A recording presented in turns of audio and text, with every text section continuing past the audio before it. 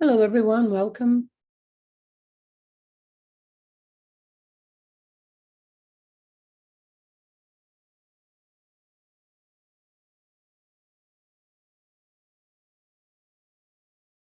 Hello. I'm just going to give a couple of minutes so people can join and then I'll start. In the meantime, I will introduce myself in a minute, but if you want to just drop on the chat where you're joining from, I always like to know where people are joining from. We usually have people from everywhere, so it's kind of nice. USA. Hello. India. Tenerife. I hope it's you have a better weather over there than here. UK, Canada, Malaysia. Yeah, you see? That's nice. People from everywhere. Just let me close the door 1 second.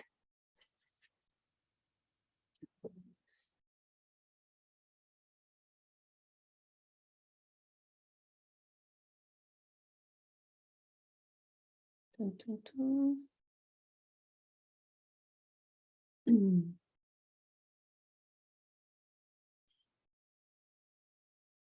Well, I am Sophia. I will be the instructor for this webinar. I am Brazilian. I'm currently living in Portugal, so unfortunately, I don't really have a good weather today. I'm starting to freeze at home. Not happy about it. Hi, Nigeria, USA, cool. I transitioned into tech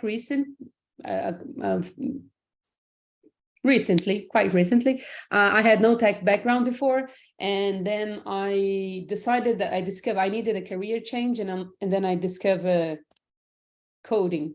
It was quite nice, and then I did this very same workshop, and then we have special guests, as you can see. I did this workshop, and then I decided to enroll in a different bootcamp, like more intense, to learn how to code. And nowadays I am an instructor, full stack developer instructor, and I work as a front-end developer in a company. CodeOp is a tech school for women, trans, and non-binary people. And we are the first international coding school exclusively for this group of people. And our goal is to close the gender disparity. So we provide this safe space. And to be honest, this is what made me do the bootcamp as a student and also work here today as instructor. So no matter where you are in the world, Nigeria, Malaysia, USA, Canada, India, you can join our online courses. So we give coding education, but also support our students in their career planning and also to build a community. This is me. Today we're gonna build a portfolio. So you can also put on the chat if you have some experience with code or what would you like to build with your coding skills. Today we're gonna build a portfolio. And if you haven't done anything before, this will be the first. And so please drop a message and so I can understand your level. This is completely beginner friendly. You don't need to have any coding experience. So let's go. And this is a hands-on. So you can code along with me and have a project at the end, or you're going to receive the recordings later and you can code along as well. At the end, I will share the code that I created. But let's talk about web development. We live in a very online world. First time doing this, that's cool. I hope you enjoy. The first time I did, I was like, this is so amazing. And the reason why is like nowadays, a lot of things, our world, it's very connected and online. And it's really good to understand what web development means. Even if you don't want to be a developer, I mean, it's good. Sometimes you want to build a side thing for you, or you have your business and you want to improve something, or you want to at least understand how things work. So it's quite good to understand how does it work, what happened behind the scene, how does the things connect. So basically, when you access a website, so we're going to cover all of these differences. So if it's the first time for for many of you, that would be nice so you can understand. Feel free to ask me any questions. I will answer as we go. You can drop them on the QA session or on the chat. I have them both open and I will answer as soon as I have the chance. So when you access a website, you're going to see a combination of three things, usually. The first one of them is HTML. HTML is the content. Every website, doesn't matter when or which one you're gonna open, it is built with HTML. The HTML is responsible for the content. So when I mean content, I mean like you see the website and there is a header, maybe a paragraph, a block of text, a paragraph, something like this. All of this, an image, all of this is HTML, is the content of the page. So all of this will be added to the page with HTML. It is super powerful, very important. You cannot build a page without this, however, looks awful. Honestly, just plain HTML is not nice. So for this, we have CSS. The CSS will add presentation and layout. Someone told me one day that the CSS is kind of the makeup for HTML, and it is true. So every style or everything that you're going to polish and make it look nice, it will be built with CSS. You're going to style the HTML elements. Finally, we have JavaScript, which is responsible for the interaction that you can have with the page. For example, you click and something happens, some action happens.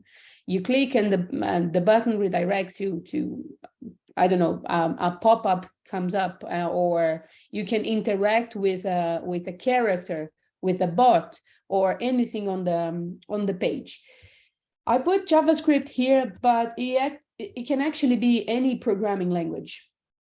The reason why we select JavaScript is because nowadays, well, the last time I checked, more than 95% of modern pages are built with JavaScript. This is the programming language that we use to build for frontend. So this is why I add this one here.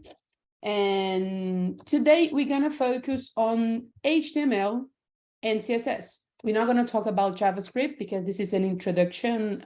So for everyone who's super beginning or first time, nothing to worry about. And the reason why we select to work with these two, it's because you can build a page with HTML and CSS, but you cannot build a page with only JavaScript. You need to have these two.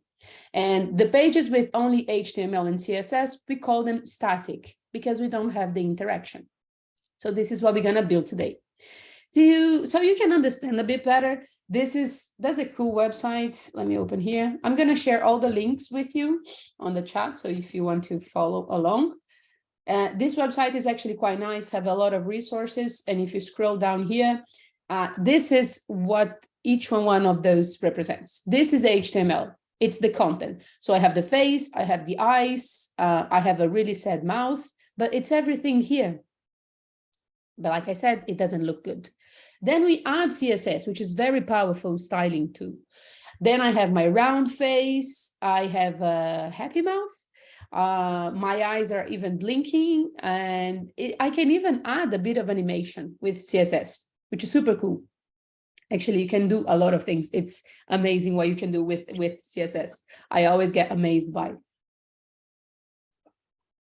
And finally, when we add the JavaScript to this combination, so we have HTML, CSS, and JavaScript, you can interact with the page. So you can click a button and the page will do things. You can duplicate, make them fly, make them come back and put them all together again, jump, and all of this. This is the interaction. Here you have some cheat sheets and some resources. So feel free to kind of keep this page as a resource so you can use it later. But I hope this explains how does it work, this combination of HTML, CSS, and JavaScript. But like I said, today we're going to focus on these two here. So let's start with HTML. HTML, it's the standard language for creating web pages, like I said, and it's a language of marks. It's not a programming language.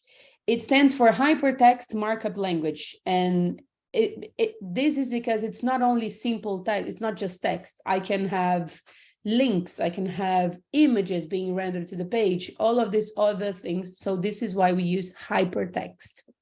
And like I said, describes the structure of a web page, not its appearance. The way we write, usually in programming language, I know this is not a program. When we code, there are some rules that we need to follow. It's just like when you learn a new language, you know, you need to follow the grammar rules for that language. This is how it works. In HTML, these are some of the rules, and we're gonna practice this today. We work with tags, and those tags, I'm gonna explain in a second better, the tags, they usually go in pairs. We always use these angle brackets, always for HTML tags. And inside of the brackets, I put the name of the tag. In this case, this is a P tag. The pairs are we have the opening and the closing one. The closing one, it's super similar to the opening one. The only difference is that we have this bar, this slash in front of the name of the tag. Some tags, like everything in life, we do have some exceptions, and some tags do not accept content. So we close them in the same opening tag. So we open and close at the same time without having the slash. We add the slash at the end before the second angle bracket.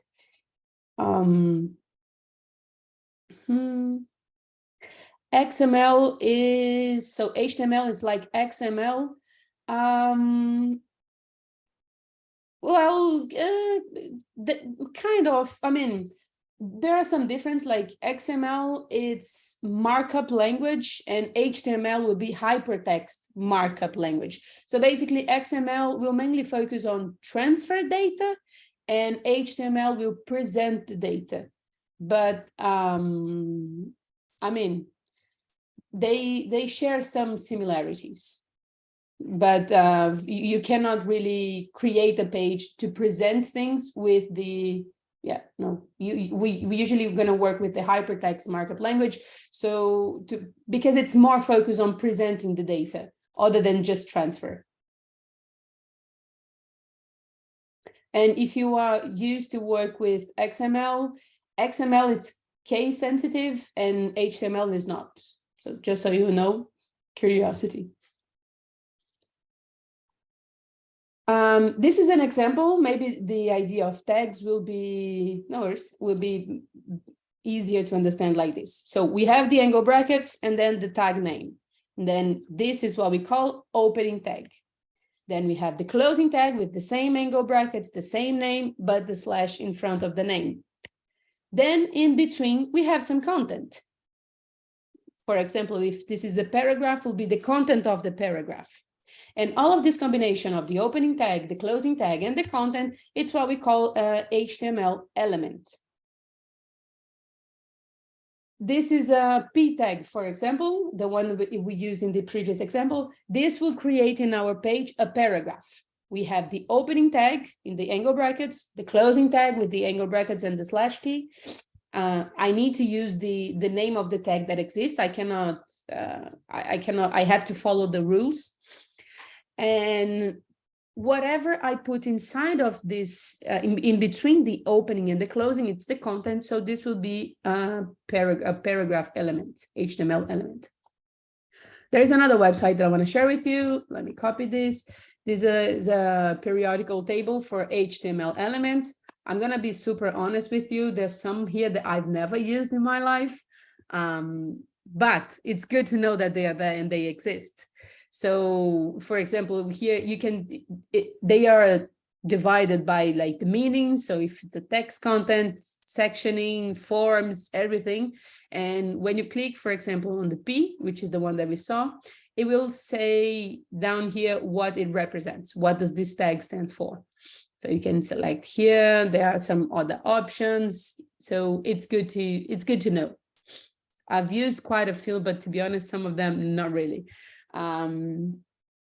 Anyway, this is just for you to see how many are out there and how many we can use it.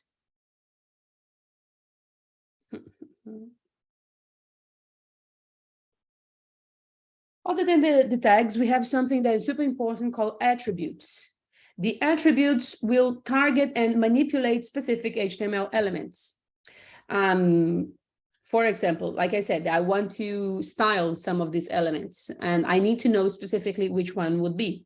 So the way to work with attributes, it's like this. Like I said, we have the opening tag, closing tag, and the content. The attribute will always, there is no exception to this rule, will always go inside of the opening tag. If it's only one tag element, the one that you auto close, it will be inside of this tag.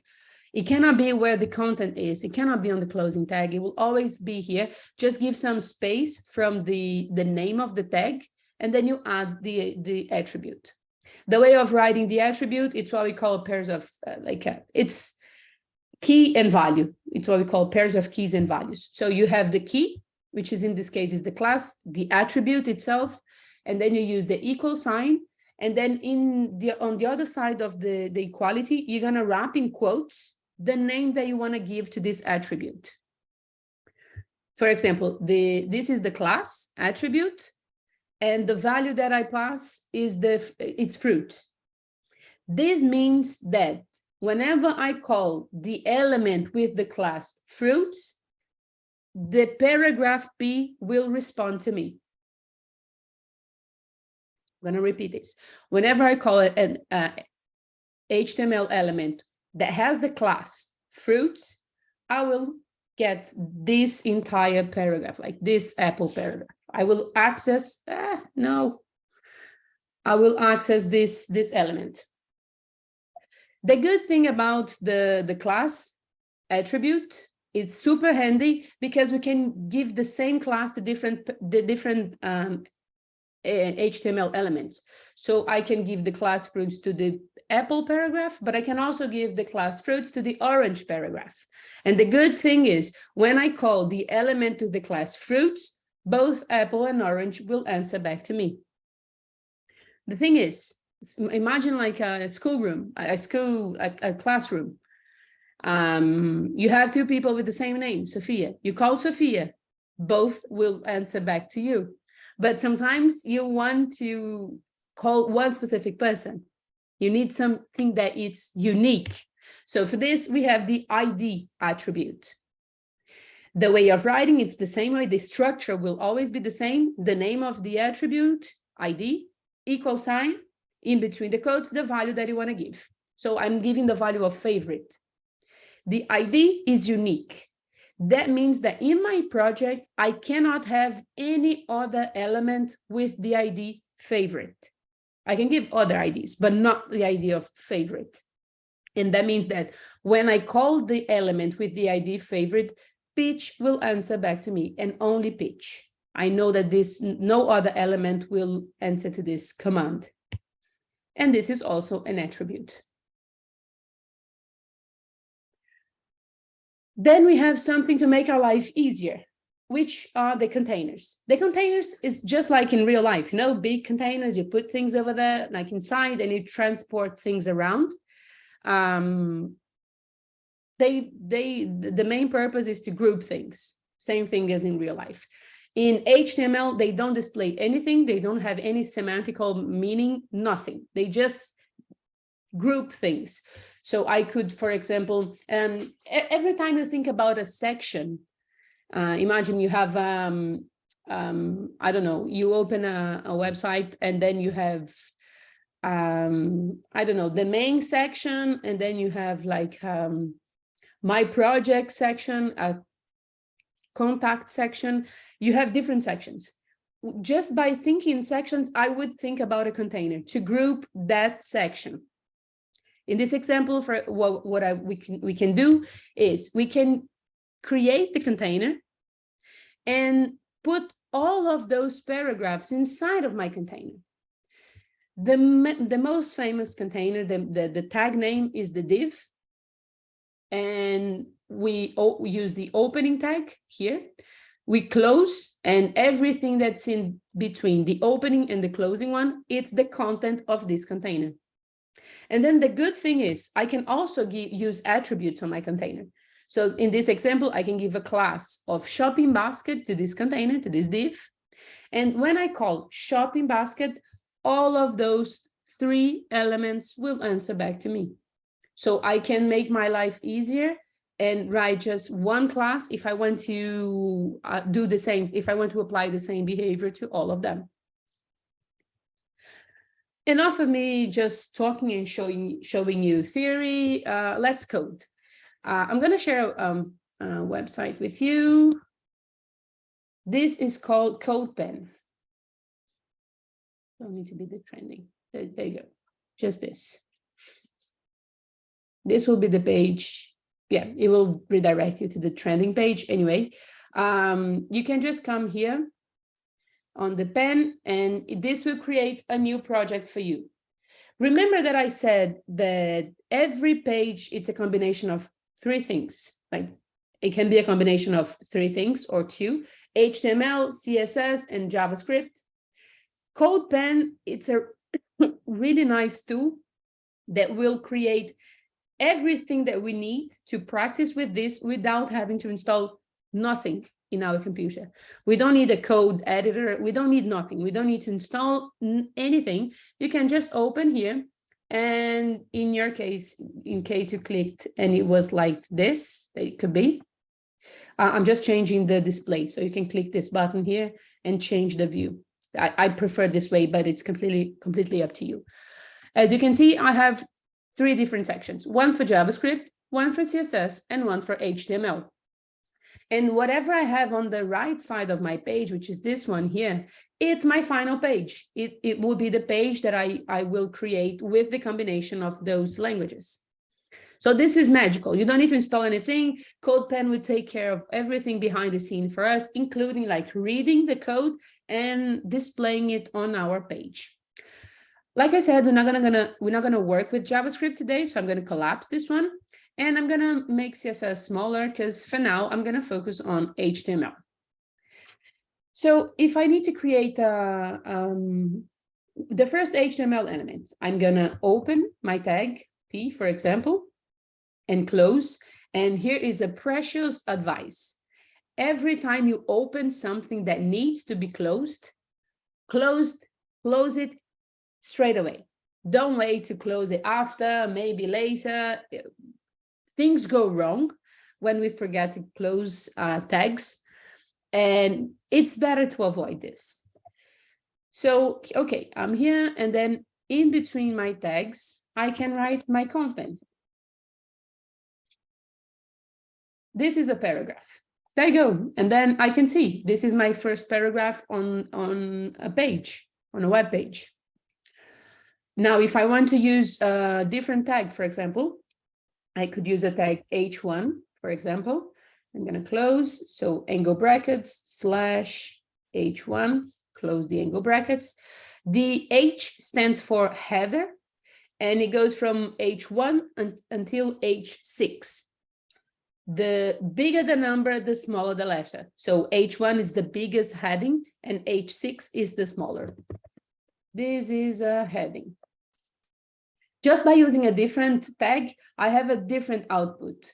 So HTML does have some styling, so we can understand the difference. Like the H1 has it's like bold letters and bigger than the paragraph.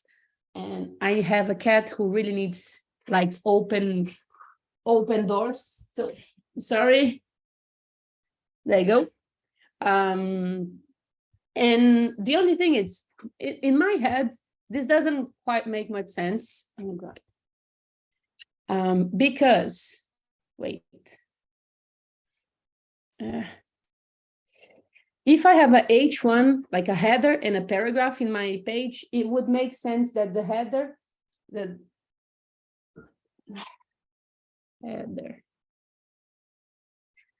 comes before the paragraph, right? So HTMLs read the code top to bottom.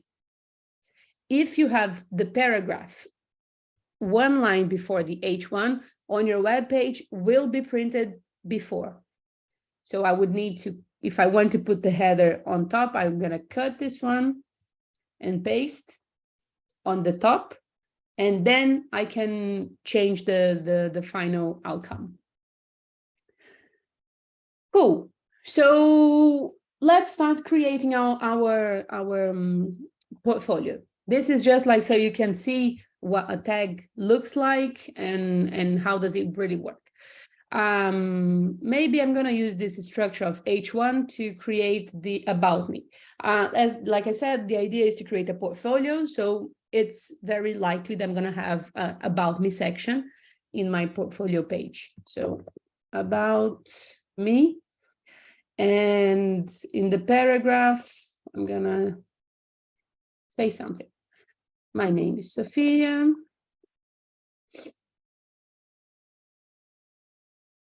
I'm a Brazilian developer. Cool. It doesn't really sound like I have much to say, so I'm just gonna copy some random text, like dummy text. We call it lorem ipsum. It's quite common to use it as like placeholders on web pages. There you go. A bit better. So I have the about me, I have a paragraph, and I would actually like to add an image. And for this, we're going to use our first exception, the image tag. So I can use the img tag, and this is a tag that doesn't have content. It's not like, okay, this is the header, what is the text of the header? This is a paragraph, what is the content of the paragraph? The image doesn't have this, so I'm gonna auto close. I don't have the closing tag for this. Now, HTML can take care of this for me. Do you want an image? I will add an image to your page. I just need to follow one rule, which is, okay, where is this image coming from? Where can I find the image that you want? And for this, we're going to work with a specific attribute that you always need to use when you want to render an image. So whenever you're using the img tag, you're going to use this attribute. So it's inside of the angle brackets. There is one attribute called src, which is short for source. So what is the source of the image? Where is this image coming from? We need to tell HTML this. And then inside of the quotes, I'm happy to hear that you're enjoying, Christina. Please feel free to ask any questions. In between the quotes, you need to pass the URL that you want to add. So for example, you could come here, search for woman, avatar, I don't know. You just go to images, and then you select the image that you want, you right click, and then you have two options, copy image and copy image address. You see those two? You need to copy the image address, not the image itself. Someone's really needing attention, sorry. You need to copy the image address, not the image itself. If you want to test, you can open a new tab and then paste, and you can see just the image. That means that you copied the right thing.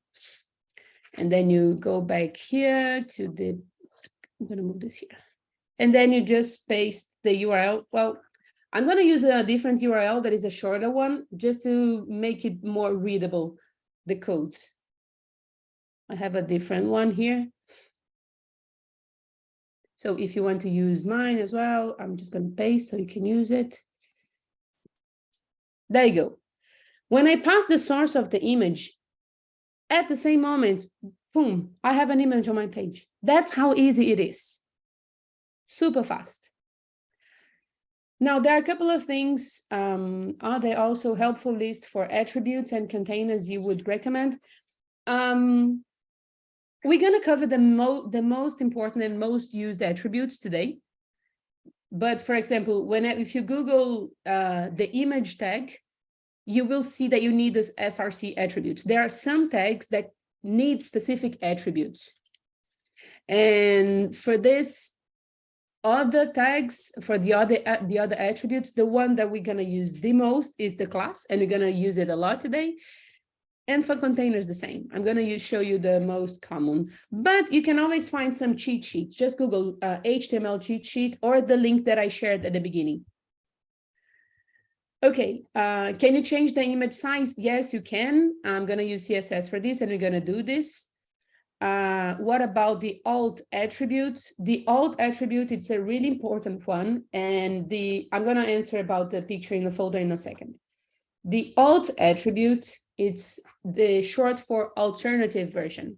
Imagine that your image didn't render, so you can display alternative description.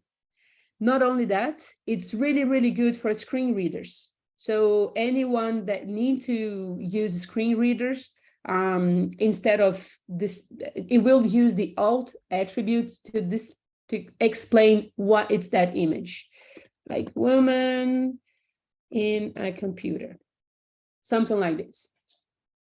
What if the picture it's in a folder in your PC? No problem. The picture would need to be inside of your program, and you need to pass the path from where your program is until it reaches the folder on your computer.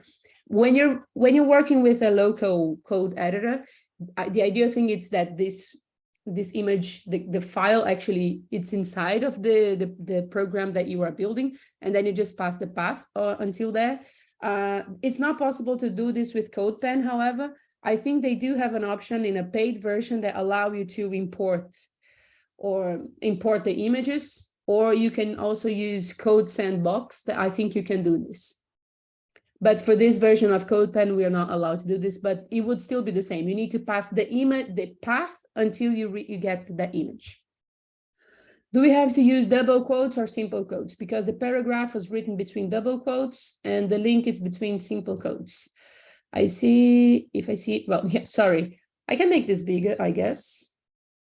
No,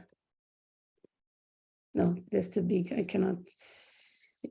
Maybe, I hope this is better a bit.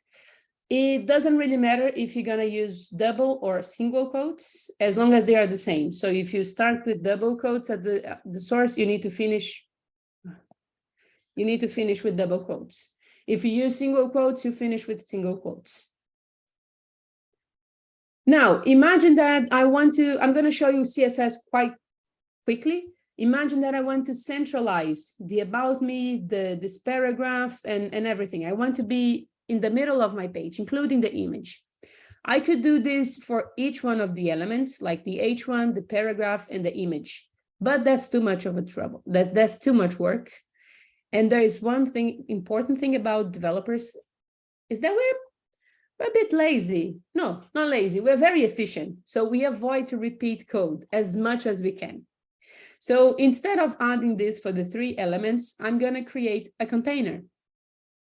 I'm going to wrap all of these, the H1, the P, and the IMG. So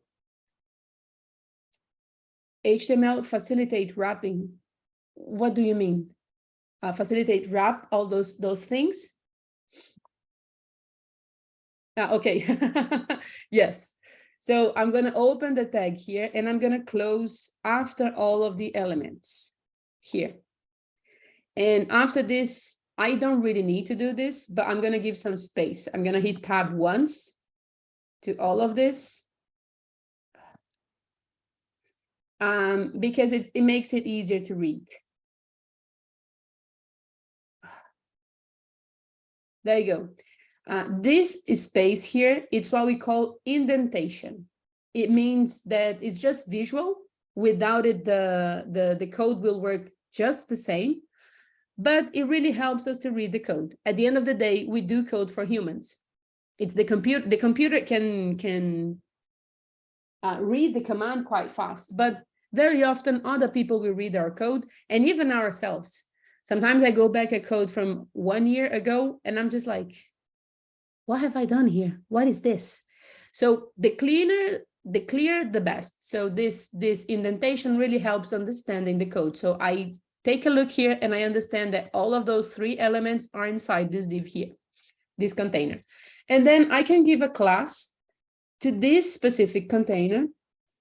And I can call it, for example, about me. About me. And then on my CSS, and I'm going to cover this better, but on my CSS, because I'm using the class container, on CSS, I need to use a dot. And then I give the same value, the same name that I gave here. I'm going to actually copy and paste. And then I need to open those brackets, the curly braces. And I can pass the combination of what is the style that I want to apply and what is the value that I want. So I can pass the text, align, and the value of center. I will explain all of the syntax of CSS in a minute. But then just like this, with one command, everything was centralized. The H1, the text, and the image. It is recommended to name classes without spaces so it can be used in CSS, other programs. In terms of naming conventions for classes, we don't use capital letters, and it's better to use the dash for classes. Some programs, sometimes you can use the camel case, yes, like this, about me. But for pure CSS and HTML, that's fine. The dash work just fine. Just don't start with numbers. Don't use special characters like at, star. Don't use any of accent and any of special characters. Don't use it. The other thing that I want to do is change the image size. Okay, lots of people changing the image size. You can use the style property on HTML to style things, but I'm not going to focus too much on this because I'm going to style everything in CSS because it's better. We usually inline styles with HTML when it's something very important or very small. I mean, not even very small, something very important, and you don't want to create a CSS file. But usually we use the CSS file most of the times. I can actually select the IMG tag. This is a different way of selecting things. I'm not selecting the class. And I can pass some values. There is one that is the width. And here, my friends, it's my personal hell as a non-native English speaker, because the T and the H, it does matter. And if you write it wrong, it will not work. So every time I'm like, width, to remember that the H it's after the T. And I can pass the value of 25% of the actual value, for example, and this will change already the size of the image. There are other ways of changing the size, like you can use pixels, just using 25%, but you can use different things. But just with this command, I can change the size. Does it make a difference if we add spacing? Example, class, about me. No, this extra space will be ignored. It will work just the same. No problems. Okay, so brief explanation of CSS, quick demonstration on CSS. Let's go back to the actual slide so we can talk a bit more about it. CSS means cascading style sheets. So it's basically like sheets, different sheets for styling the document. And it's a language that describes the visual appearance of HTML elements. It is built to style HTML elements, just like we did. We style the div element, and then we style the image element. And we can actually, for example, I style the div, but that cascade also to the inner elements that was applied to all of the elements inside. So this is where the cascading name also came from. This is a really cool thing. Let me show you this. This is the CSS introduction. This W3 school, it's honestly amazing. You can find a lot of cheat sheets and information. Some of the things that you asked me about, tags or CSS HTML attributes, you're going to find a lot of things here. You can click on HTML, CSS. There are other programming languages as well that you can take a look, and they have really good explanations. This one is just to explain why the CSS briefly is an introduction. And here we have one web page, like one HTML code with different styles. That means the HTML document, it's exactly the same, and they just change the CSS to show the difference. So this one, it's the first one, the first CSS. So we have the sidebar blue, same page, different styles. Then we have the links here that we can click. If I click on the second one, it's completely different. Like the sidebar is here at the bottom, everything is red. It doesn't even seem the same page. It doesn't even look like it's the same. The three completely different, like the positioning of the elements as well. For like, we can create this dark mode example. And then the worst, no CSS whatsoever. It looks so, I don't know, early 90s web pages. It's not good, like I said. It is really boring. Yeah, it doesn't catch our attention at all. So yeah, this is how important CSS is. So this is one example. For example, if I have this HTML, I have one H1, this one here, and one P tag. This is my first CSS example. So this is the HTML, and this would be the CSS. For the H1, we would apply, it's always a combination of keys and values as well, but the difference is we use the column and we finish with the semicolon.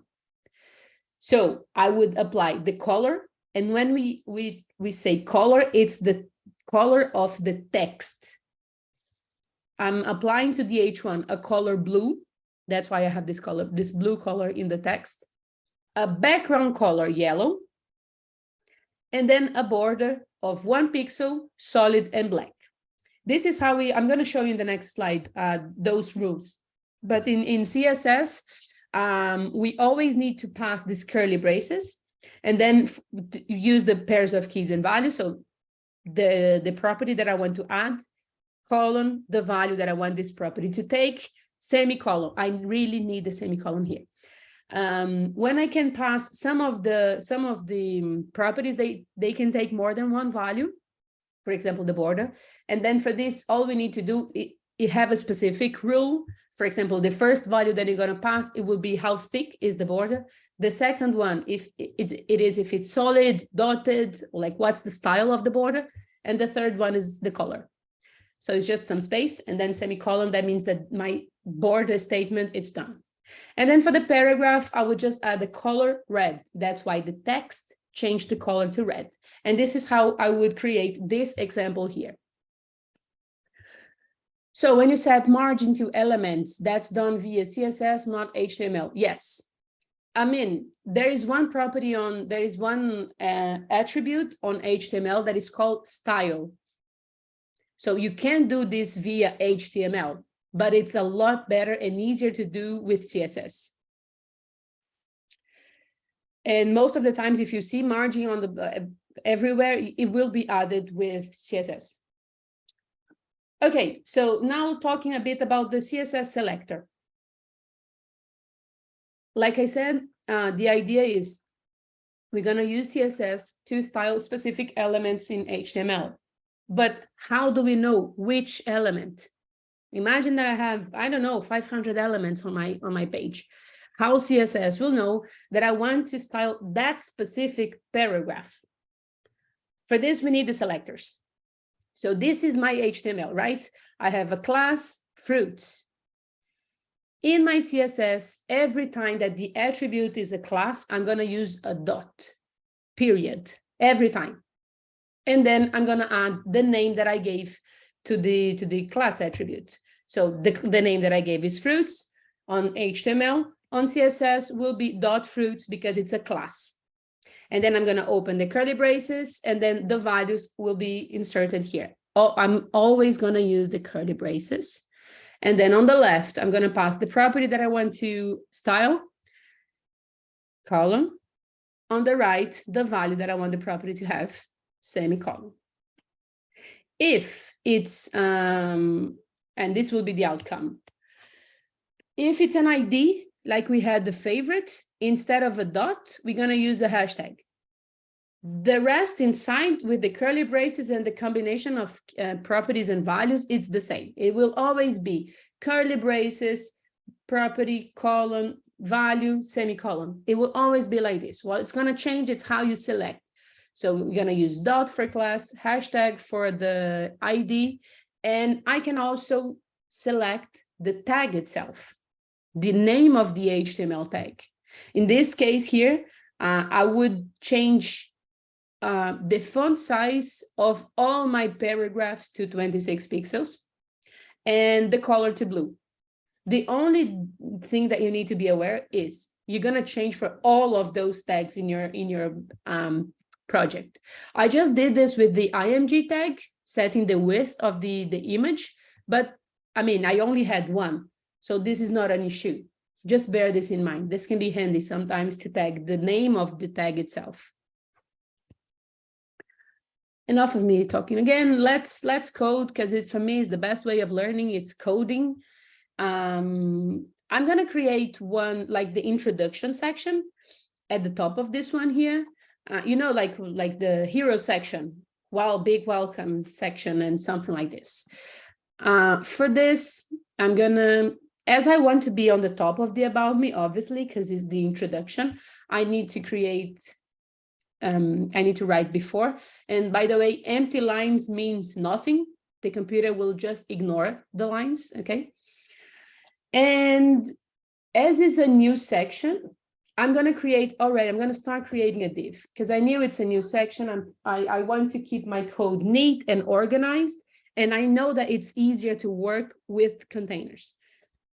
So I'm going to start creating a div and closing. And here, actually, if you open and close a div, when an element and you hit enter in the middle, your cursor will already be like a bit more. It won't be super close to the end here. It will give you some space. It will indent the code for you. Okay, I want to create H1, something very big and imponent because it's this is a new keyboard. I'm struggling here. Sorry for this. H1, so welcome to my portfolio. And maybe, I don't know, another H1. So I'm just going to copy and paste this one. My name is Sophia. And I'm also going to give a class to the container itself. Let's call this intro. It's the intro section. Cool. Let's style it on CSS. CSS doesn't really matter. I can write the CSS after. I'm just going to add some comments. Every programming language, markup language, have a way of commenting things. That means those lines of code will be ignored. In CSS is /bar star, sorry. Everything in between will be ignored. So I can say that this is the about me. Just for me to know what style is from which section. I'm going to make this bigger. And I'm going to copy this. This will be intro. Okay. That means that this line of code, it's not being read because you even see that it's grayed out. That means my computer will not read this. For CSS, the way of commenting is the same thing. /*// everything in between will be ignored. So you can add comments to your HTML page, things that you want to remember or explanations, all of this. Okay, now here I have a class. So if I have a class on my CSS, the way of selecting it, it's with a dot. And then I need to pass the name, intro. So intro. Finally, the curly braces, open and close straight away, and then I can start working. There are a couple of things that I want to do for this intro section. I actually want like a background image, and I want this to be like with a background with a how do you call this? Like a banner, something like this on the top of the background image. And I also want to be, I want this div to take more space. If you would like to add movement to the intro, like from the left to the right of the page, do you use CSS? Yes, you use CSS, and there's a way of create keyframes to animate and the transition and transform. I'm not going to cover this today because it's a bit more advanced CSS, but Charlotte, if you want to take a look, search for translate, transition, or position, and you can do this with CSS. Okay, so in my intro, there are a couple of things that I want to change. The first one is the height of my container. I want this to take more height. I want more space for my intro, so I'm gonna change the height to maybe 700 pixels, semicolon. There you go. All the other div was pushed down because I've added 700 pixels to this div, to this element with the class intro. That means all of this container. So everything that it's inside, like it's inside of this container, will take the 700 pixels. No, please don't leave. The second thing that I want to do, like I've mentioned, is to add a background image. And we added the image on HTML, but this time I'm gonna add in a different way. To add background image, we can actually use CSS, which is quite nice. You can do background image, and then the same thing with HTML. If you ask HTML, please render an image on the page from me, HTML will say, sure, what is the source? CSS is the same thing, just the syntax is a bit different. In CSS, what we're going to do is URL, we're going to add this value URL, and in between the brackets, I'm going to pass the URL that I want. So it's just a bit a different way, but that means that inside of this bracket comes the path to my image. Same thing, if it's on a computer or if it's a URL. Remember, if you're copying from Google or whatever, just make sure to copy the image path. I'm gonna add mine here. I have one wallpaper, so we can use it. And then I'm gonna add inside my URL. That's it. And then I have an image on the background. That's how easy it is. I have some issues going on here. The first one, actually, it's this margin that I really don't like. I'm going to take care of this in a second. But also the second one is that my image is too big for this container. It doesn't actually fit. I cannot see the entire image. I know you've never seen the real image, but I can tell you this. So I need to do a couple of things. I want to change first this image to cover the container that I actually have.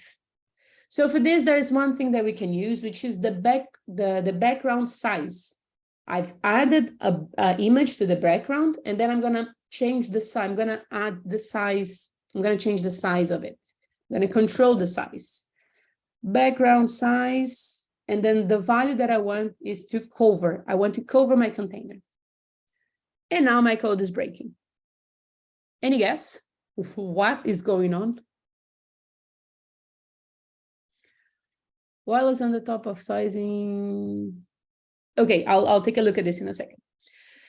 My code is breaking for one semicolon after the URL. Well spotted, Jess. Like I said, the semicolon is very, very, very important. And actually, every code editor will give you some hints.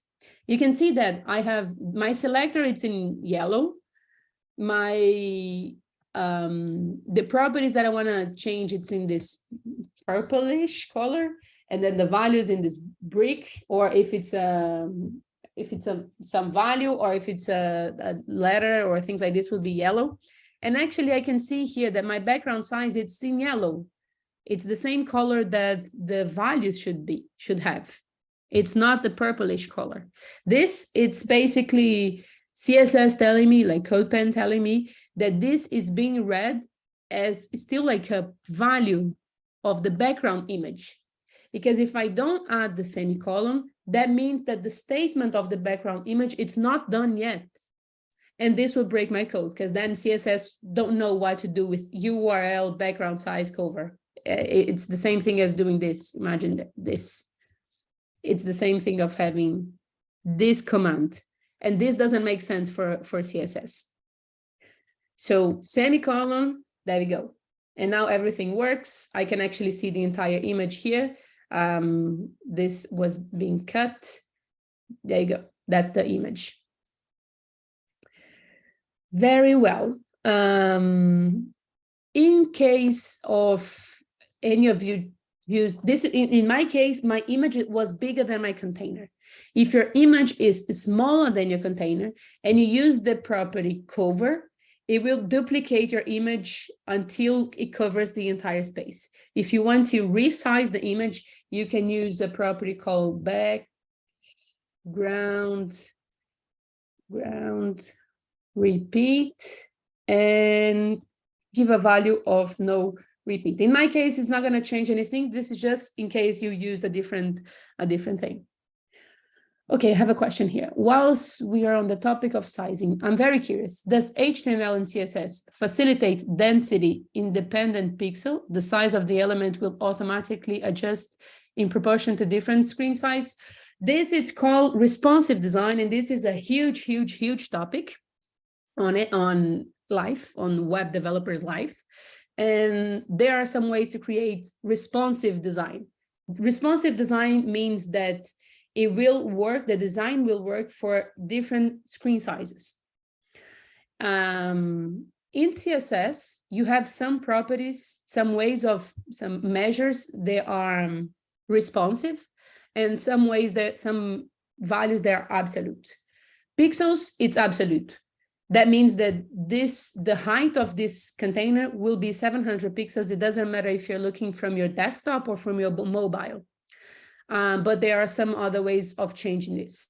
CSS have a property called, you can actually select the size of the media that you want to change. You can make it responsive, and there are some values, for example, view height, VH, this I can pass a value of 50 VH, for example. This is half of the height of my view.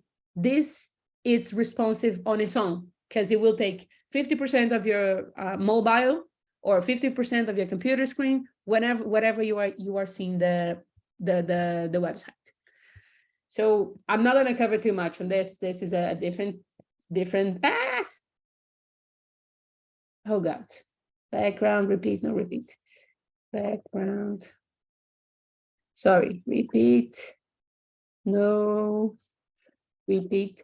This is a different topic, but if you want to learn more about this, read about responsive design with CSS. And yes, you can do all of it with CSS.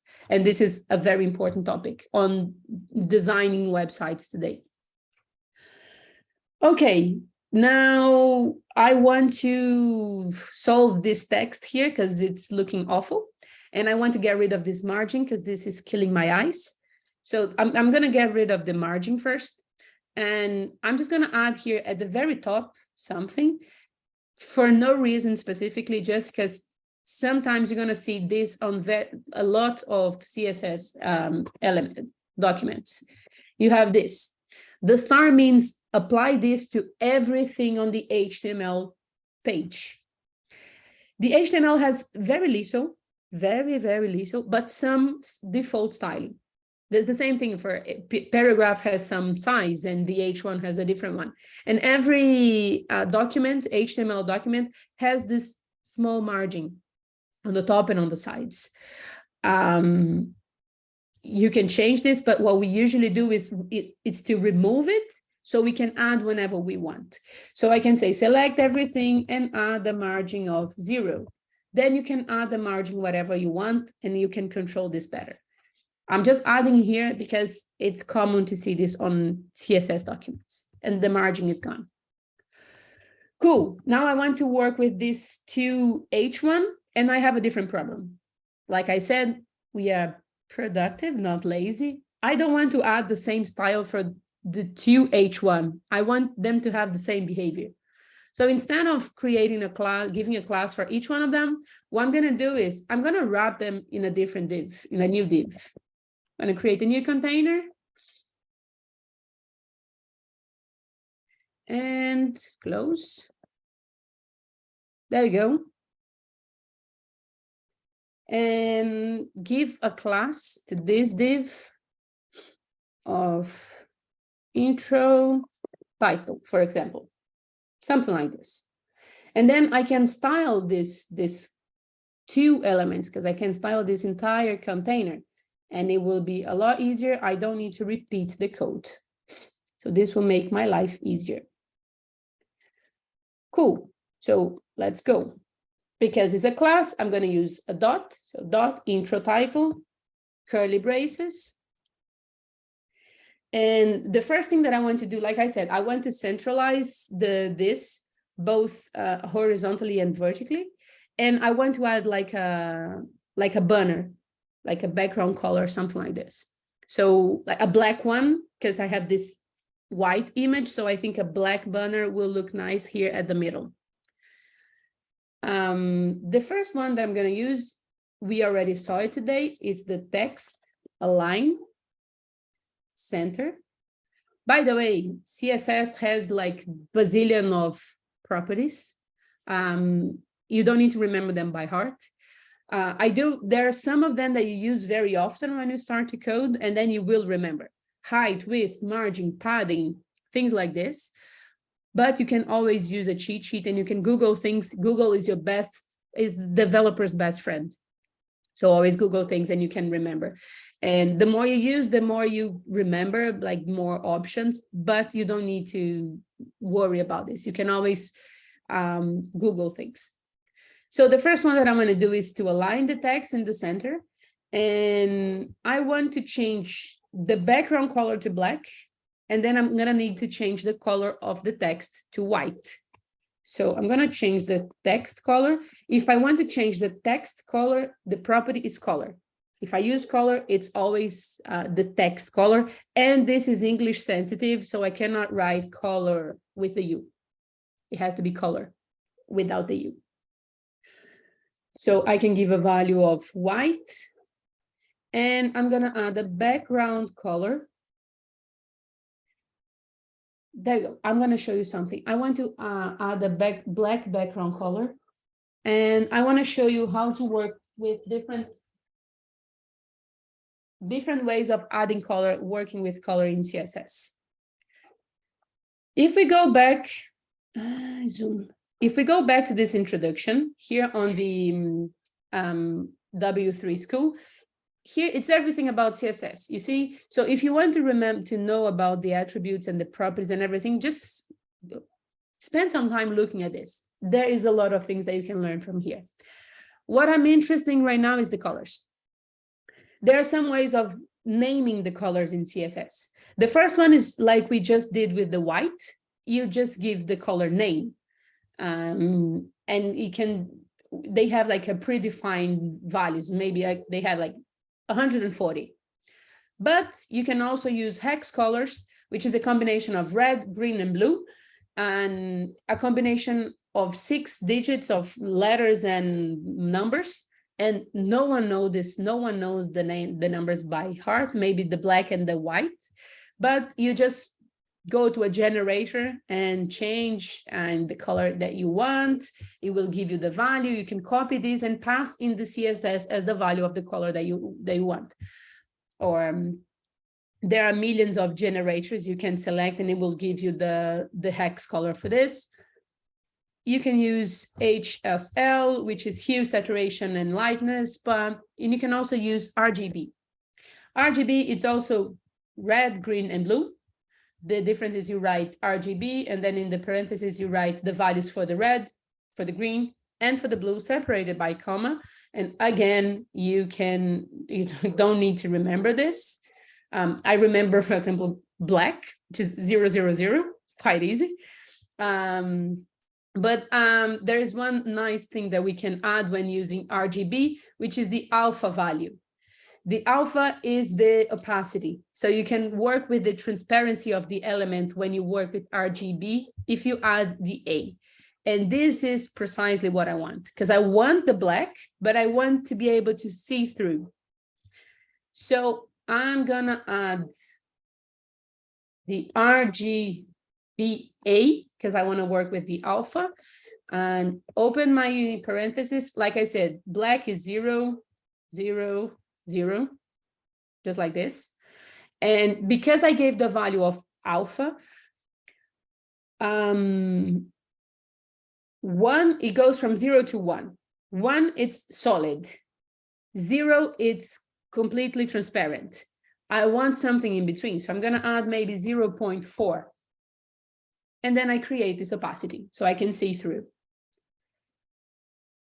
This is my background color. Now I need to give some room for the text to breathe, because everything is quite close. And we saw the margin, which is the space that you add outside, but we also have a special margin. You see that this div, it's almost like a box. This is what we call it's the box model. HTML, it's built like this. I want to give some inner space. I want the space inside of the box, inside of the element. And when I want to add inner space, I'm going to add padding. So I'm going to add maybe 80 pixels. There you go. And then I have this extra space being added to my element, and the text can breathe. Maybe breathe too much. The text is too small for the box, but I like the size.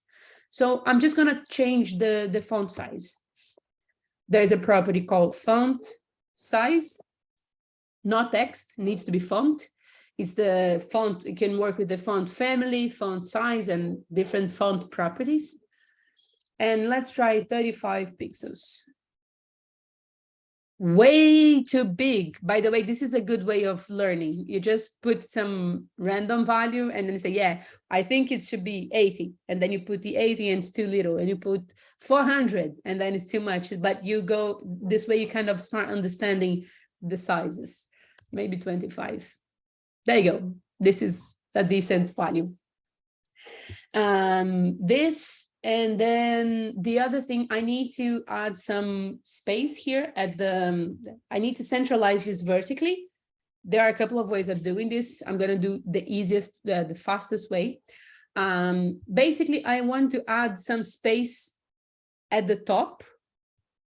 I want to move this element from the very top to the middle. That means I want to add some space here at the top. The problem is, if I add some space inside, like the padding, just like the margin, you can just write padding, and this will be applied top, right, bottom, left, and left. Or I can be very specific, just padding top, padding right, margin top, margin bottom, and so on.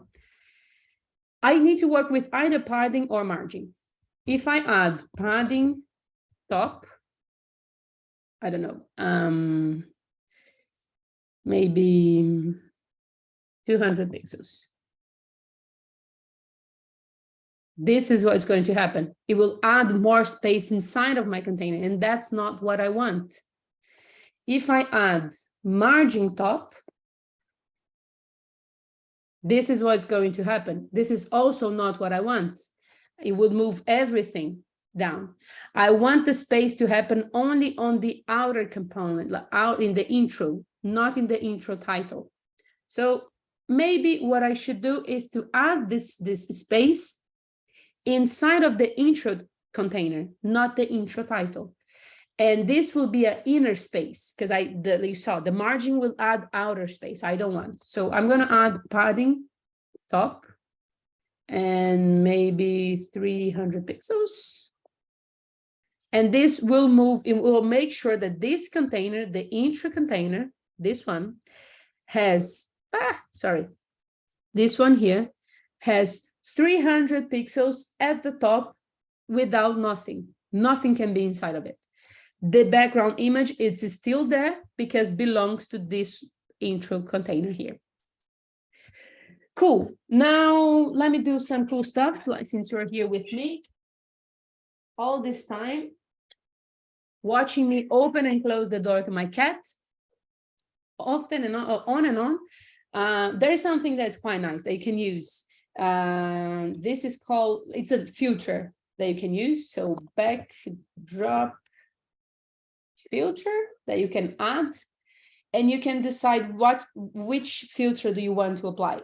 So I could apply, for example, a blurry effect. I can apply like 10%, something like this. Bye-bye. Ciao, see you soon. You get the recording after. Thanks for joining. Like 10 pixels. And you get this blurry effect. It will blur whatever it's behind. There you go. It's quite nice. I really like this one. Okay. Now we are almost, now we still have 20 minutes. I want to teach you how to do a nav bar. A nav bar, it's the navigation bar we usually have at the top or at the left. It's just a combination of links that helps you navigate through the page. And I'm gonna create mine. I'm gonna create one at the very top here with some useful links. Again, as I want to create at the very top, I need to write at the top of my introduction. And now I'm gonna use a different container. There is one container that is made for navigation bar, which is the nav. So I can create a nav. There you go. And I'm gonna give a class name, sorry. My nav bar. There you go. Like I said, the nav bar, it's a combination of useful links. And whenever we work with links in HTML, we also have a special tag for it. It's the A tag, which is short for, oh God, anchor. It will anchor a link. It will send you to a different link. I'm not really good with the analogy with this one. I tried, but anyway, it's an anchor. You have the opening and the closing tag, and in between you pass whatever the link you want to have. So for example, imagine that this one will send you to the About Me section. And then you just write About Me, and this will create the About Me here. The thing is, I cannot click, it's not clickable yet, because I also need to say, because imagine a link is something that the user can click and it redirects the user to somewhere. You need to tell HTML where to send the user. And for this, whenever you're using the A tag, there is one specific attribute that you need to use, that is the href. The reference, the HTTP reference where you want to send your user to. When I add the href attribute, you can see that now it's actually clickable. I can click, even though it's not really working. And all you will need to do is to, I don't know, select a URL and paste it here. It will not work right now because CodePen doesn't allow you to do this. So I'm just going to leave it empty. But this is how you do with the href. There you go. And you can also redirect to one specific ID on your page. For example, if I have an ID here of about, I could redirect the user to the about. So I use hashtag because it's the ID and put about. And when the user click, redirects it to this page. Now, I cannot have a nav bar with one only link. I want one maybe for the projects. Maybe I have my CV and a contact section, pretending that this is a huge portfolio. And so I would need more links for doing this. Now, here again, I'm just going to use a very useful skill that we need to have as a developer, other than Googling, because Googling is a really important skill. That is something that we use every day in our lives. The good node, copy and paste. We do this a lot. The only thing is you copy the code. It's important to know what you're copying and where you're pasting, and then you just tweak things a bit. Because obviously I don't want to redirect them all to the about, and I don't want them all to say about me. So maybe the second one is my project, are my projects. The third one will be maybe CV, and one for contact. There you go. Better now. Now I have them all here. Again, they look very bad, but that's not the point. I'm going to style them in a bit. Let me go back to the CSS. Let me copy this. This will be the navigation. Navbar. And I'm going to start styling the entire navbar. So I'm just going to copy this one here. Dot my navbar. And the first thing that I want to do is maybe I'm going to add the background color similar to this one, maybe the same one as this one, because I like it, this idea of the gray or black that you can see through. And again, very important skills. So I'm just going to copy and paste the one that I had. Like maybe a bit darker, so maybe less opacity, so closer to 1, maybe 0.5. Yeah, that looks better. So the other thing is that the navbar, it's just the actual space of the letters. I want to be a bit higher, not too much. It's not to be I don't want to be a super huge container, but a bit more height. So I'm going to change the height without screaming. I'm going to change the height to maybe 30 pixels. Yep, better. And I want to give some inner space at the top so the text can breathe, because right now it's like super attached to the top. So I'm going to add some padding at the top. Just 10 pixels should be enough, so the text will be kind of centralized because the container has 30 pixels. And you just get a bit more. And there you go. That sounds good. Looks good, looks good. Then I have one issue. All the links are really super together at the left, and I would like to spread them evenly over the navbar, like one here, one here. You know, I want to use this space. It doesn't seem like well used.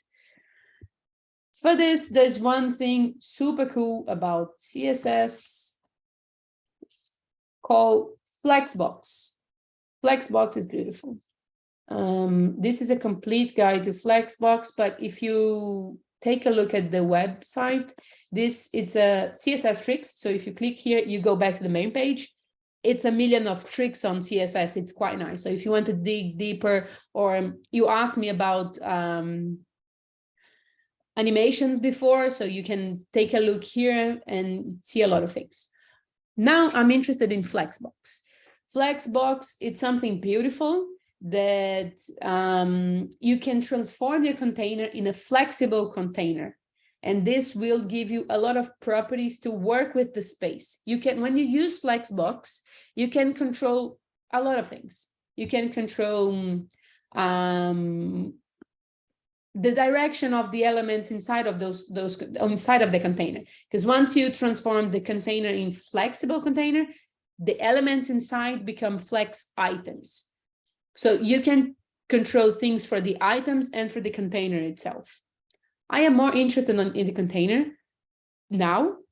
You can change, you can select the direction. You can decide if you want to fit all the items in one line, or if you want to wrap and create 2 lines.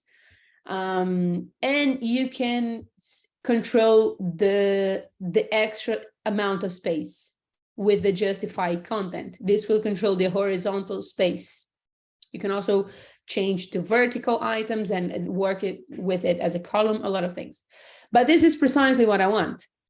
I can use the extra space and control it. So for example, I can spread the elements in a evenly way throughout the container that will get the extra space and divide it evenly. This is precisely what I want. So if I go back here, the first thing that I need to do, whenever I want to work with Flexbox, I need to say, hey, CSS, I'm going to work with Flexbox. So please transform this container in a flexible container. To do this, we need to pass the display property and give it a value of flex. You're going to see that even now there's no space left between the elements.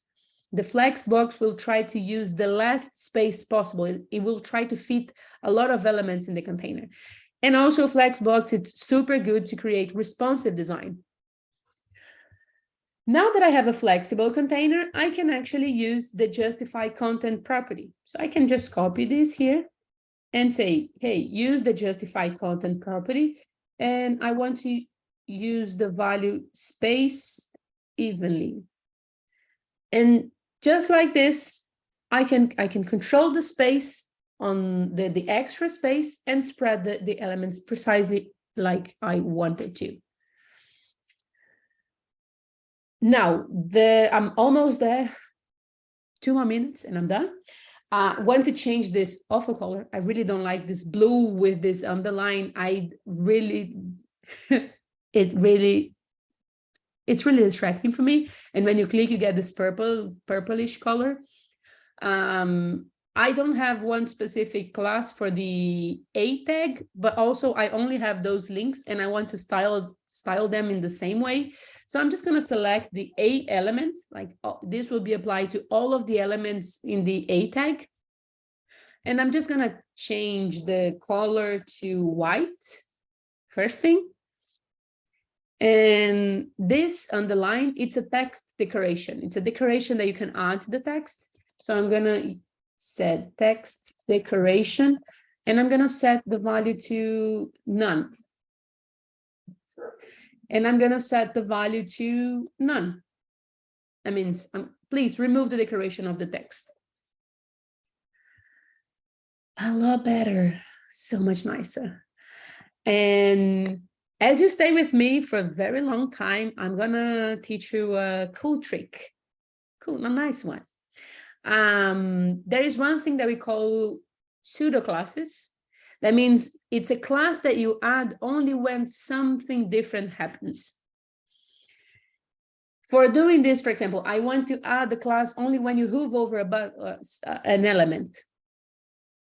To do this, I can say, hey, I want to change something when you hover over the links. And to do this, we select we use the selector again, and then we use the column and the action, in this case, hover. And then inside the curly braces, you're going to add everything that you want to happen when this action is taking place. Like when you hover over the link, what do you want to happen? And then I could change, for example, the font size to 17 pixels.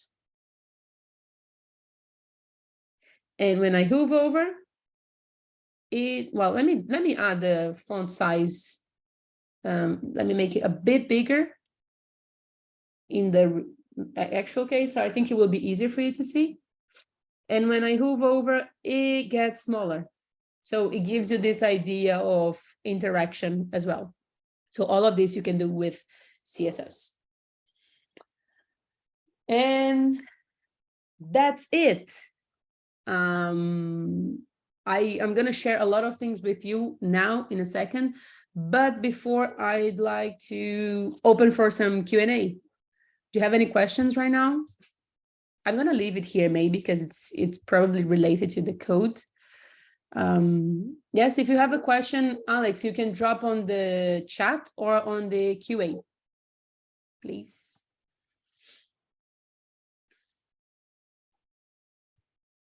In the meantime, I'm going to share a couple of things with you while Alex is writing the question. The first one, I have so many tabs open on my computer. I'm a bit lost. Hold on, bear with me. Find it. The first thing that I want to share with you, I'm going to share the code in 1 second as well. But I also like to share a survey with you so you can give us some feedback, please. It's really important to know how we can do better. This is the one. Would you say it's better to use Mac or Windows? This is absolutely personal. I'm a Mac user. The person who works with me, it's a Windows user. Also, there are a lot of people who use Linux in some of them. This is really, really, really personal preferences. In terms of coding, it's not like I used to work with cinema before with images, and then people say, oh, yeah, you have some pixel quality better on Mac, so on. Doesn't really matter. Personal preference, Marianne. Teacher, how are we going to get this whole class video? We will send via the email. You're going to get the email with all of the recording, the code, the links that I share with you, pretty much most of it, in the same email that you use to register to this webinar. Alex, I'm never unsure about when to use the semantic HTML. For example, how do I know when or where I should use ordered list or not? In this case, in the specific case of ordered list, it's pretty much if you want to create a list with the numbers, if you want these numbers to be generated by HTML for you, if you're not going to style it on CSS. But this is it has more to do with the actual content that you want to display. If you want to use just want to display the elements in sequence, like topics, you can use unordered list, and maybe after you're going to style. But I think in this case, it has more to do with how you want to display your content, Alex. There is no rule for this, and to be honest, it's more, what do you think it makes sense? Because maybe also you want just a header and a paragraph, and then another paragraph. Or for ordered list, yes, it has to do with how you want to display. In this case, ordered list will add the numbers for you. Imagine that you want to work with lists and topics. You can use either unordered, which will add the bullets, and ordered, which will add the numbers for you. Yes, okay. I'm really happy to read that you know how to code now. I have let me share this with you. I'm going to share the code with you, and I'm going to answer the other two questions that I have. Hold on. I have homework for you. Let's face this about me. It's not good at all. Alex, by the way, I hope I answer your question. This about me, it's quite bad. So my homework to you is that you can style the about me or even the entire portfolio better. And I would love to read, to see what you've come up with. I really wanted for you to show me what you've built. I'm going to share my LinkedIn with you as well. Feel free to connect. If you have any questions regarding transitioning to tech, I'm also going to share CodeOp's website, CodeOp.tech. You can reach out and ask for things at any point if you want to know more about coding, if you want to do like a more intense bootcamp, like the one I did to become a developer. You can come here, or if you go to contact, this one, contact, this one, you can ask us literally anything. Let me continue to answer your questions. Random question. No, I wrote backdrop filter blur on the intro title like you did, but for some reason it did not blur. I'm not sure why I did wrong. Malak, can you just copy the code actually that you have for this one here? Can you copy the entire intro title and paste on the chat? I'll take a look. Random question. Can you actually change the image of the mouse inside the website you were building? Inside of this? What do you mean? Of the mouse inside the website you built? Ah, okay. Okay, gotcha. The cursor. Yes, you can. Random question. Good one. Yes, you can. You can change to a couple of things. I never did this. I created a follow, like something that can follow your cursor, so it becomes a dot and you don't really see the cursor, you just see the dot. but yeah, I guess you can. Everything has been clarified and instructive. I'm really happy to hear that. Cool. Thank you very much. My question were about changing careers, so I will save for LinkedIn CodeOp. Yes, please drop it. Let me get my LinkedIn so I can share with you, or drop a message on CodeOps as well.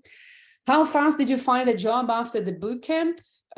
Give me 1 second because this will take some time.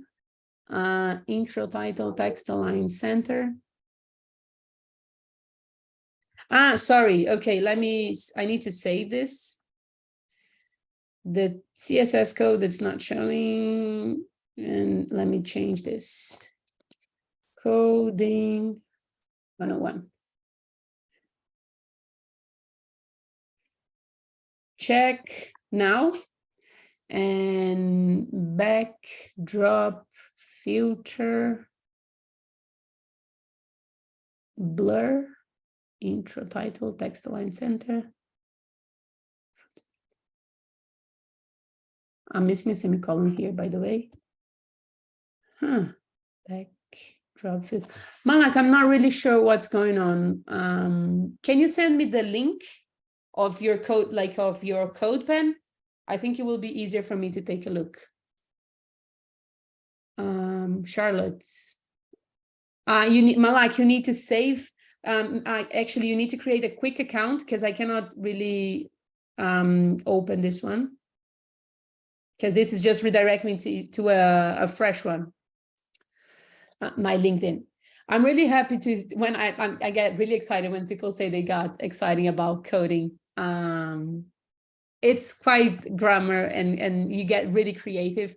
The way I got, how long it took me to get a job after LinkedIn, it took me, I did a full-time bootcamp, and it took me, 3 months of bootcamp, and it took me 2 extra months to get my first job. And then I become a teacher assistant as well. And then now I'm an instructor. And yeah, that was it. So it was 5 months, really, really intense, but it was really fun because first I spent this, like I had to pay for learning how to code. I discovered that I love, and now people pay me for this. And just give me 1 second. How did you find a career change? I'm a psychologist, and so a bit nervous. Yes, I'll tell you this in a bit. Malak, I'm gonna check. I don't know if I'm saying your name wrong, sorry. I'm gonna check your code in a second, but in your code, the blur, it's being applied. It's working, the blur effect, and it's actually super good, well done.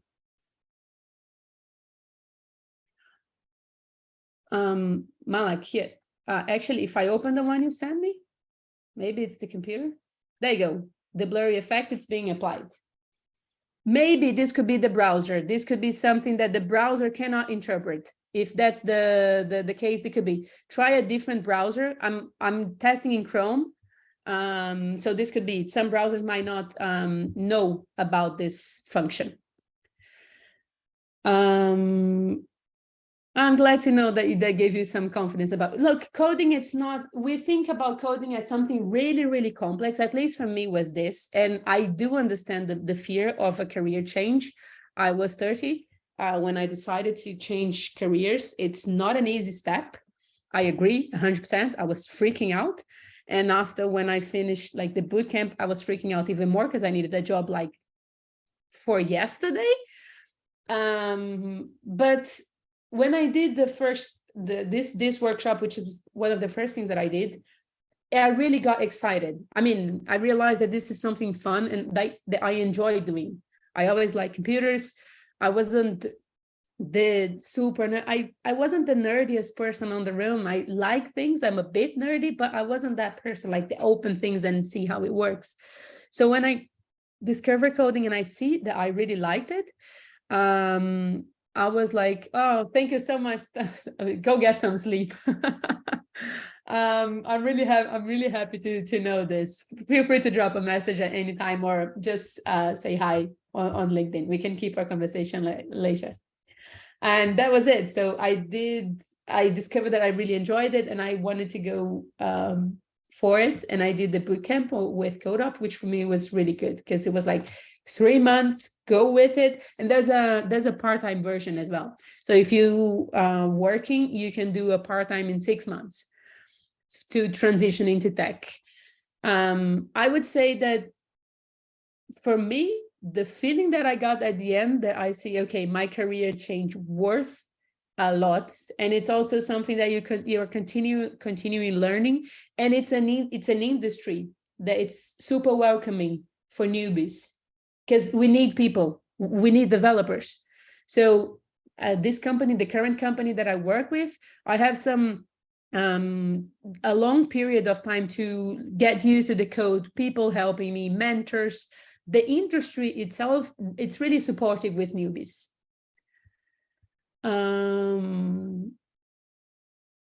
That's so cool. You were such a nice audience. Thank you. Thanks everyone.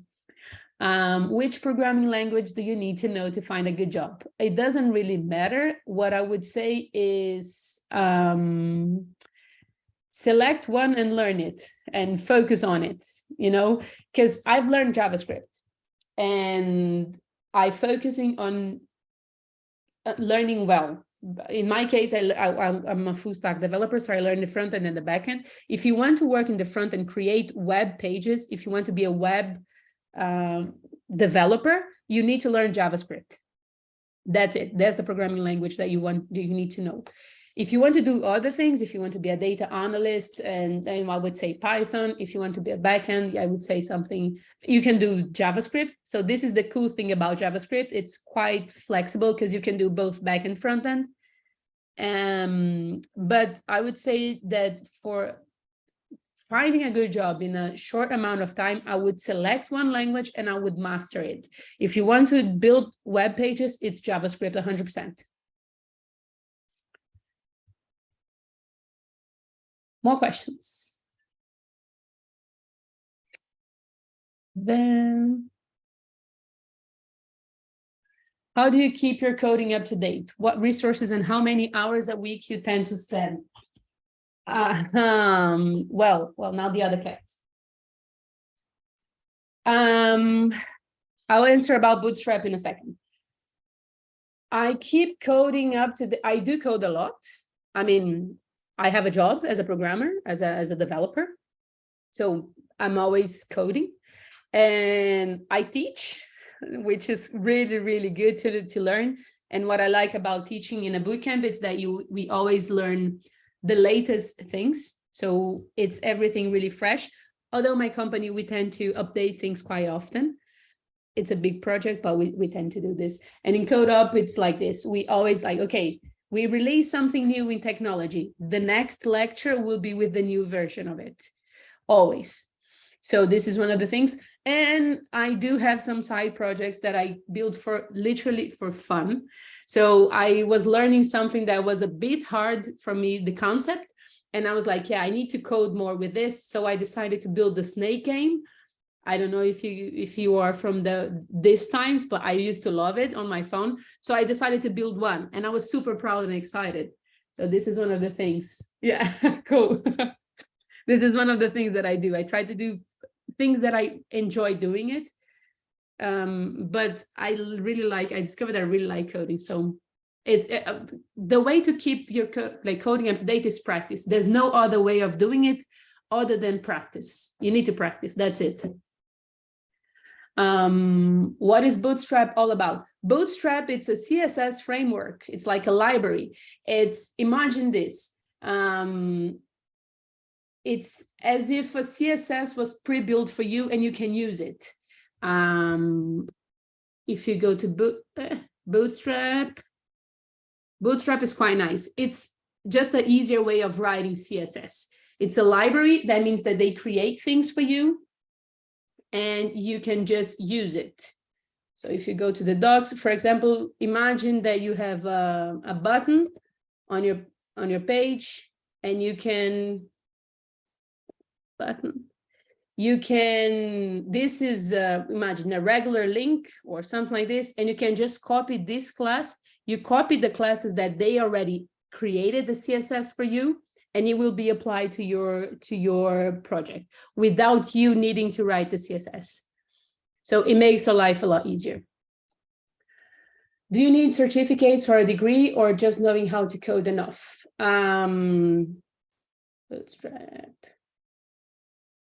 Bootstrap. In my best, like, I have no degrees in coding. Like I said, I did the CodeOp bootcamp of 3 really intensive months, and I have the certificate of this coding bootcamp, and I got a job with the certificate of the course. The tech industry, it's more focused on your portfolio and what you've built and what you know, other than the certificates. Although for my first job, they did ask me like about my bootcamp certificate. So I think it depends on the company that you got the job from, but overall, your portfolio is more important. When is the next class? Ali, we do this lecture once a month. However, it's the same topic. It will be the same. Oh, yes, go get some sleep.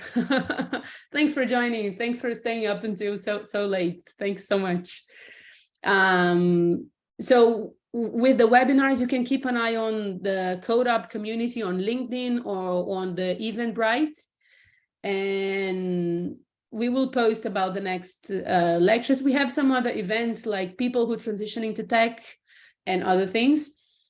Or yeah, but the next lecture for now, that in this format that we have, it's also HTML and CSS. Maybe we can start thinking about having a different one, or you can drop a message and we can talk more about the classes that we have, like the other boot camps that we have.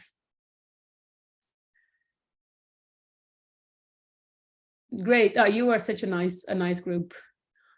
You made it a lot easier, honestly. Cool. The last thing, I'm gonna send it again. So please don't forget to, I already lost, I have the million tabs. Where is it? The survey, where is it? I have it here somewhere. It's super important for me to get your feedbacks. It only takes like a minute, really. So please fill the survey. And I shared my LinkedIn. Feel free to drop a message on my LinkedIn or in CodeOp website if you have any question. It was really a pleasure being here with you today. And I hope I got the coding spark light on you. Thank you so much, everyone. Have a good night. Have a good evening, depending on where you are. Thank you. It was a pleasure being here with you. See you soon. Bye-bye.